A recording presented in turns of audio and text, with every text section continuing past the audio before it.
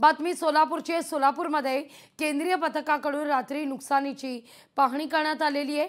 केंद्रीय पथकाकडून मात्र शेतकऱ्यांची क्रूर चेष्टा करण्यात आली आहे। रात्रीच्या अंधारात टॉर्चच्या मदतीने नुकसानीची पाहणी करणारं हे पथक आपण पाहतोय। अधिक माहिती करण्याकरता थेट जातोय आपले प्रतिनिधी वसीम अत्तार यांच्याकडून। वसीम, काय एकूणच या सगळ्यामध्ये हाती लागलेले आहे? अंधारात टॉर्चच्या मदतीने जर नुकसान भरपाई संदर्भात पाहणी केली जात असेल तर मात्र काय म्हणावं याला?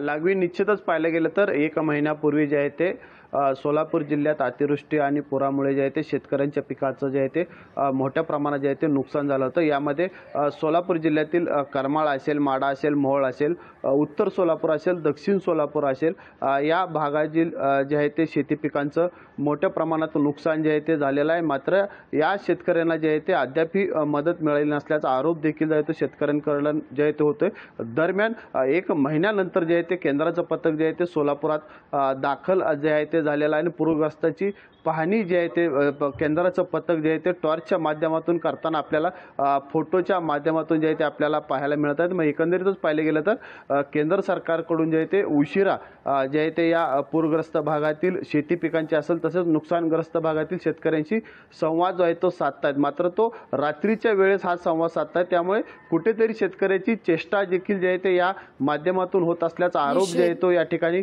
होत आहे।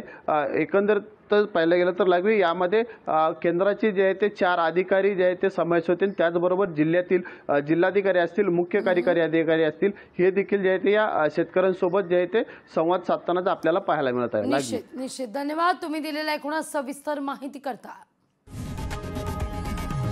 लोकशाही मराठी ऐका, पहा, जागरूक रहा।